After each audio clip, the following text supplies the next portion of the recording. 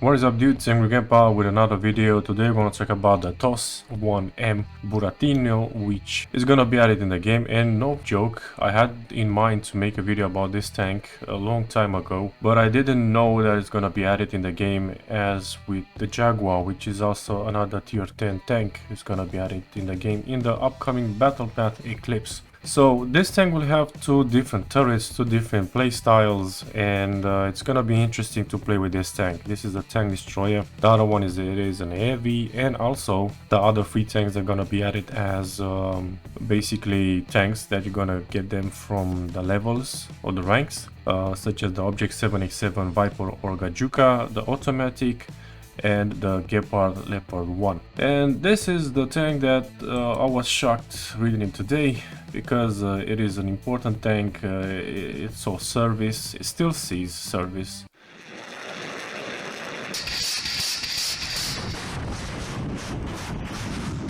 This tank, it's very interesting. It's basically the chassis of a T-72 with rocket launchers or something similar like this. We're gonna go into details.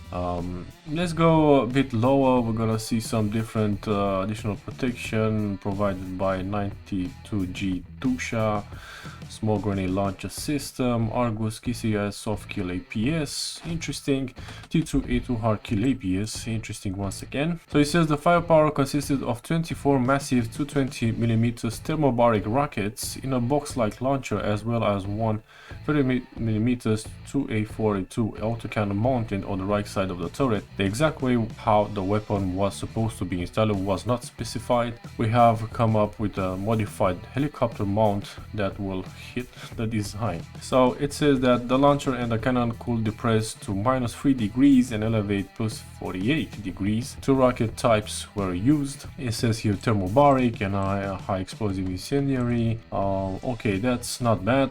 Let's go down to see how the tank will look in the game. Here is the tank and how it look in the game.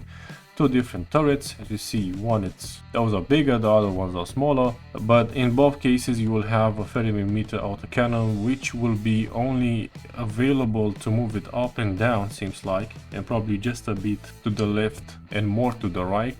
It's gonna be an interesting playstyle with this tank, since you ain't gonna be able to play very aggressive. Keeping in mind, this similar turret, it has also some other tanks like Pindat in the game, and is very hard to aim. If we will have the same aiming as Pindat in the game, it will be a problem tank. If it has a normal aiming like the MGM 166, then it will be fine to play with this tank. So, as you might have guessed the screenshots, the platform is T90A based, so it's not a T80U. This is not something fictional. In 2011, the TOS 1M was modernized to use a T90S chassis, and the T90S really is a T90A predecessor. The T90 uses Contact 5 armor, and you'll be glad to know those side panels will be working as intended. We'll fix that for the basic T90 as well, but that is a topic for another time, because sometimes if the tank is too good, they're gonna nerf it. If it isn't so good, they're gonna buff it, and later it will be again nerfed. So it is always like this, but I hope it's not. The chassis will have both soft kill APS and hard kill APS, but both inferior to the Malachite system of the Armata. But yeah, this is also real part of the TOS 1M system. The launcher will be treated as an unmanned turret and will have enough armor to protect it against 30mm autocannon. We'll be using a solution from SPS Pindat, where the vehicle does technically not have an AMURAG module, as fine as the launcher will obviously immediately set off on an explosion, which will be really but not very fun to play, so it doesn't blows up fast. So the stock configuration uses 122mm rockets and is based on the photo of the TOS prototype. This configuration will essentially play like a tier 10 version of the tier 6 MT LB S8 AV.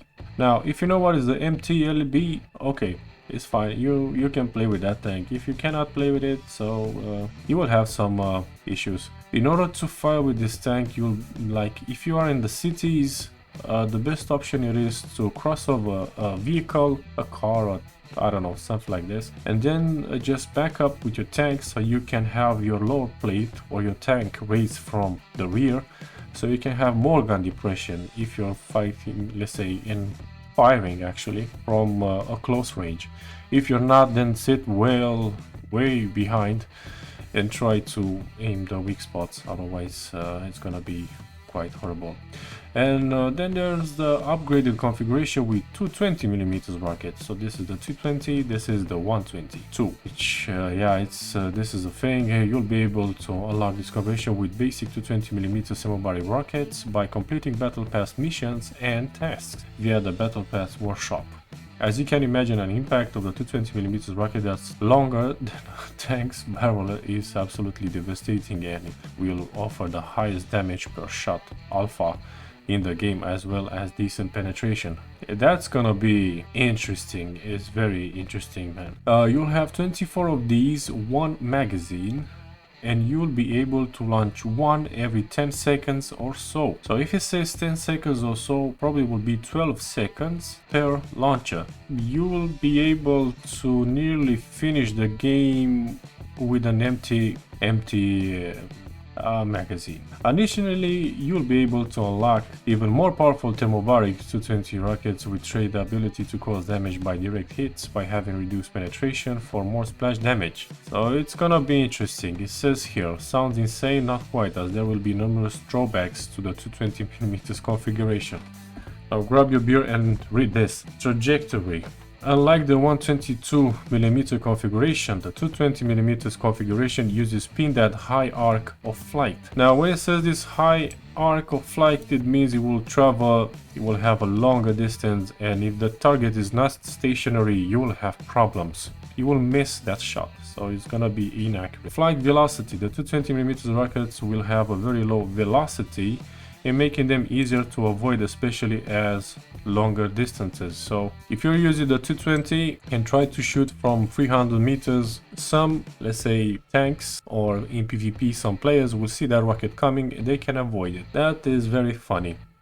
Low penetration. The 220mm rockets will not penetrate thick armor, and most damage they will cause will be reduced. If you're playing with the big one, try to shoot just on the rear, and if the tank is stationary from a close range, shooting from a long range, it's not great. Skills. Increasing the amount of ammunition carried will not work here, as using it will trigger a reload of several minutes, effectively disabling the launcher until the end of the combat. In other words, a hit by one of these will deal monstrous damage, but you'll have to earn it. That's gonna be very, very problematic to play with this tank.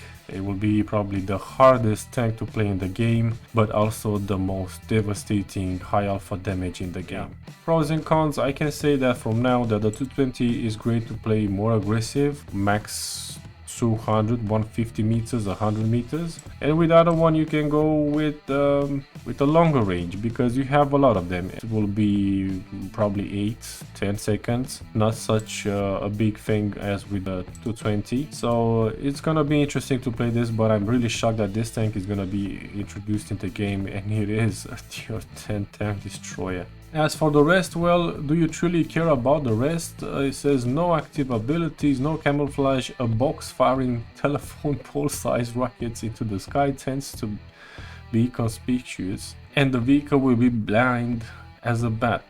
Mobility will resemble the original T-98 tank, perhaps a bit slower. Now we know you'll have a lot of fun with it, just like you're having with Avre. So it's gonna be an interesting update. It's gonna be interesting battle path. I saw a lot of comments. I saw a lot of people sending me messages talking on Discord that they're really hyped. They want to get that Gepard and that Object 787. Some of them wants to get this tank or just the Gepard. All of us are going madness about that tank Gepard, me also, but to me actually it is the entire battle path, because these are new tanks that I don't have them. I want to have them, I want to play with them, I want to enjoy the game. And with this being said, dudes, thanks for watching. Thank you again for your support. Tell me in the comment section what do you think about this tank. Interesting to see this coming, and see you in the next video.